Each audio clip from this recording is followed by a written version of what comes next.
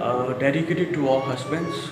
دوستوں کی محفل ہو، دوستوں کی دعوت ہو، میرے نصیب میں کہاں، کیونکہ میرے پاس تم ہو.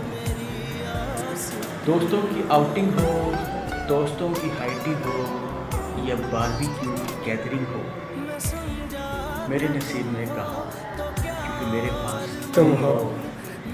کھانا پینا تو بس ایک بہانہ ہے، میں جا نہیں سکتا، کیونکہ بیگم نے عین اسی وقت شاپنگ پہ جانا ہے، یا سسرال والوں نے آج ہی گھر پہ آنا ہے، یہ بچوں کا بہت ارجنٹ سامان لانا ہے. خیر میں جا نہیں سکتا، کیونکہ میرے میرے پاس پاس تم ہو.